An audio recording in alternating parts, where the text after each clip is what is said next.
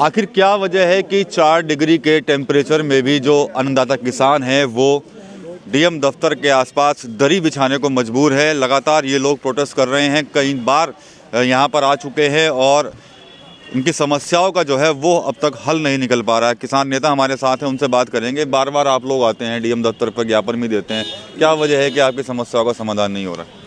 देखो, आज राष्ट्रीय आह्वान पे पूरे उत्तर प्रदेश में सभी जिला मुख्यालयों पे माननीय मुख्यमंत्री जी को जिलाधिकारी के द्वारा ये ज्ञापन का प्रोग्राम है। इसमें किसानों की अनेक समस्याएं हैं। सबसे बड़ी समस्या है गन्ने का भाव घोषित ना करना। तो 2.5 महीने हो गए मिल चलते हुए और सरकार ने भी गन्ने का भाव घोषित नहीं करा। ये सरकार के ला रहे बहुत बड़ा दुर्व्यवहार है। मतलब इसके ला रहे जायज़ है किसान के गन्ने का भुगतान नहीं हो रहा। एक इन्होंने मुख्यमंत्री जी ने 2 साल पहले विधानसभा चुनाव से पहले घोषणा करी थी किसान को सिंचाई के लिए बिजली मुफ्त दी जाएगी। वो लागू नहीं हो रहा।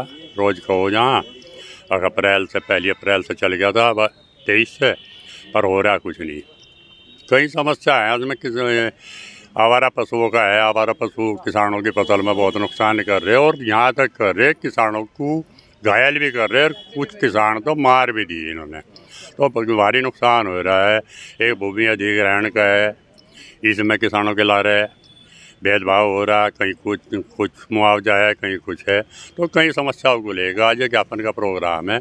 और रोज़ आप जो बता रहे इतनी ठंड में यहाँ आ रहे, जब सरकार सुन रही है, तानाशाह कह रहे, कोई भी सुन ही नहीं रही किसान की, तो क्या करें? अपनी बात भाई बताना आ रहे हैं, यहाँ से ज्ञापन देंगे, प्रदर्शन करके ज्ञापन देंगे। और नहीं भी सुनवाई होती तो आज ही इसकी कोई ना कोई इसमें निर्णय लेंगे। कोई एक बहुत बड़ा आंदोलन करने को बाध्य हो।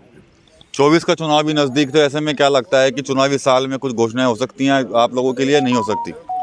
जी ऐसा है, देखो भाई साहब, घोषणा तो सरकार करती रहती है, पहले भी घोषणा करी, लेकिन ऐसे झूठे लोग हमने नहीं देखे।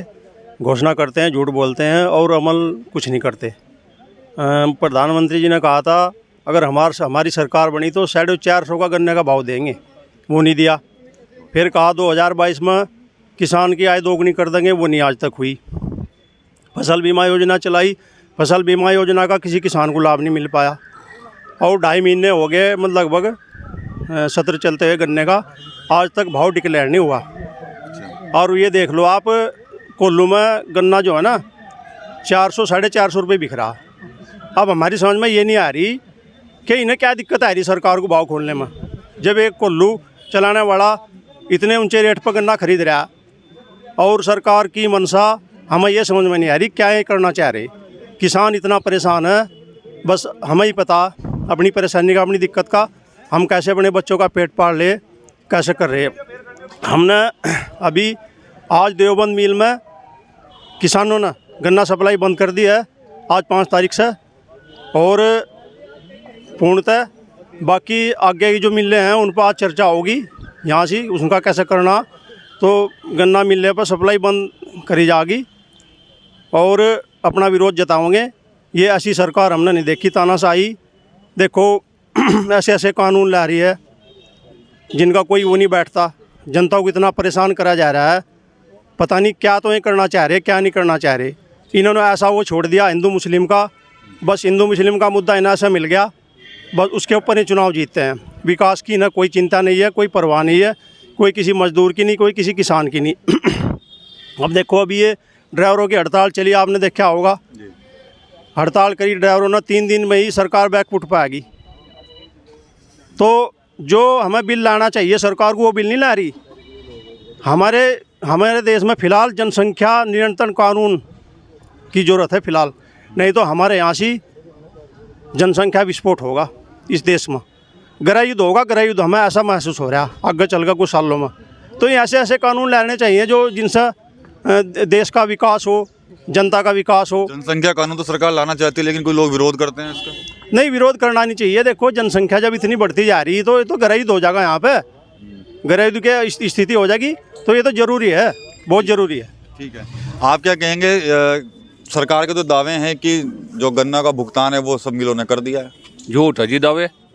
सरकार के दावे झूठ है। बजाज शुगर मिल गांगनौली है, 1 नवंबर को चली थी और ना 27 नवंबर को चली थी, वो 31 अक्टूबर को 31 अक्टूबर तक का पेमेंट है। बाकी फिर 2 महीने का चढ़ लिया, 3 का, हाँ 2 का चढ़ लिया, और कोई पेमेंट नहीं। सरकार झूठे वादे कर रहे हैं, पेमेंट दुआ दिया हमने, कहीं नहीं दुआ। ये हमारे जिले में बजाज गांगनोली, पता कर लो, गलेडी का पेमेंट नहीं है ना। गन्ना है, गन्ना नहीं मिलता है ना, गन्ना कहाँ से मिल जाएगा। अब कोलू में 400 का भाव है रहा, 450 का, सरकार ने अब तक भाव नहीं घोषित कराया। हमें नहीं पता नहीं हमारे गन्ना किस भाव जा रहा, तो किसान का तो दुर्भाग्य है। सरकार अब तक पिछले साल 14 फरवरी को भाव घोषित हुआ था। चलो बैठो, बताओ क्या फसल आने से पहले भाव घोषित हो जाना चाहिए, लेकिन कोई मतलब नहीं। दे रहा तुम 1 रुपया भी नहीं, तब आ देख रहे के बा नहीं मिलता किसान ने, बता कुछ नहीं मिलता। इस पर तो वोट ले लें, हर देना दाना कुछ है नहीं ना, गन्ने का रेट मिले। भुगतान तो चलो 1-2 फैक्ट्री का ठीक ठाक है, बजाज है कि यहाँ सहारनपुर में उसका नहीं होता। वो तो देखो देश में ऐसा नियम होना चाह, पहले जो फसल बुआ है ना उसका रेट पहले तय होना चाह, बोने से पहले। वो किसान की मर्जी, वो उस फसल ने बोवे ना बोवे। गन्ना है, गन्ने का रेट पहले तय होना चाह, गेहूं का पहले होना चाह, धान का पहले होना चाह। सब फसलों के रेट बोने के 1 महीना पहले निश्चित होने चाह। वो किसान की मर्जी, अपनी ना बोवे ना बोवे, वो उसकी मर्जी है। गन्ने का 2 यानी कि दो डेरी खत्म हो लिया, जा लिया गन्ना, 1 रह गया। और गन्ने का रेट आज तक तय नहीं हुआ। अरे हमें तो लगता नहीं सरकार गन्ने का रेट बढ़ा दे, मुश्किल है, मुझे लगता नहीं। आप बताइए राणा जी, सरकार क्यों रेट तय नहीं कर पा रही गन्ने? बाहरे इस सरकार के झूठे वादे हैं। कोई ऐसा काम ये सरकार नहीं करनी जिससे हम वाई कर दें। हाँ, एक आधे काम जरूर इनने कर दिए हुए, मंदिर वंदिर बनाने के, बस इसके अलावा इनने कोई काम 370 हटाई। 1-2 काम के अलावा इस पर 10 साल में किसान को तो तबाह कर दिया। किसान के लिए कोई भाव या तय नहीं करती। भाई वो डिजिटल इंडिया कहाँ चली जाए किसान के नाम पे, इंगा हम गन्ना गिरा उंगा पैसे आ जा, वह डिजिटल इंडिया ही नहीं पा रही हमें मोदी जी की। दूसरी बात, गोर्रों ने ढालिए खेतों में पलट दें सवरे। भाई इतना बुरा हाल इन गोर्रों ने, आवारा पशुओं ने कर दिया कि इसकी तो बस किसान के अलावा कोई और सह ही नहीं सकता। इस कष्ट को तो सरकार भी नहीं सह सकती। सरकार कितनी तकड़ी चीज हो, पर यूँ कष्ट नहीं झेल सकती है कि नवारा पशुओं का इलाज कर दे। अब 24 का चुनाव है, तो अब क्या सोचा है? 24 के चुनाव में ऐसी सरकार को वोट देंगे जो बीजेपी कांग्रेस ये जितनी न हरा के कोई नवे को वोट देंगे। इनके अलावा है कौन सी भी बीजेपी कांग्रेस के अलावा? अरे कोई निर्दलीय जीतते थे, पहले निर्दलीय को जिताने लगेंगे। मिली जुली सरकार रहे, 2 इंगे को भाग गए, 2 इंगे को डर रहे हैं ना, तो उसमें सरकार बढ़िया काम करे। अब मोदी जी को तो जनता इतना बहुमत दे रही, अब उसे फिर टेंशन रहती नहीं। वो तो अंट संट कानून लिया हुआ है, ऐसे मन मर्जी के कानून लिया हुआ है जिनकी जनता को जरूरत नहीं। अगले रहा किसान खातर कानून। अरे किसान का वो डिजिटल इंडिया कहाँ, जो इंगे फसल बेचकर इंगे पैसे गेला जा जेब में। तो भाई मोदी सरकार यूँ देश का नाश करने पर लग रही, जातिवादी को बढ़ावा दे रही, तानाशाही को बढ़ावा दे रही। तानाशाह सरकार है। ऐसी तानाशाह सरकार इमरजेंसी में थी, केवल इमरजेंसी के अलावा ऐसी सरकार नहीं हमने देखी। तो ये किसान है, भारतीय किसान यूनियन टिकैत गुट से जुड़े किसान हैं। आज एक बार फिर से सहारनपुर डीएम दफ्तर में पहुंचे। कई मांगे इनकी है, गन्ना भुगतान हो, चाहे गन्ने के भाव बढ़ाने की हो, तो ये सभी चीज़ें जो है उसको लेकर ये आज यहाँ पर एक बार फिर से जुटे हैं। और साथ ही साथ सरकार पर भी कई तरह के आरोप भी इनकी तरफ से लगाए जा रहे हैं। TV9 यूपी के लिए सहारनपुर से विकास कपिल।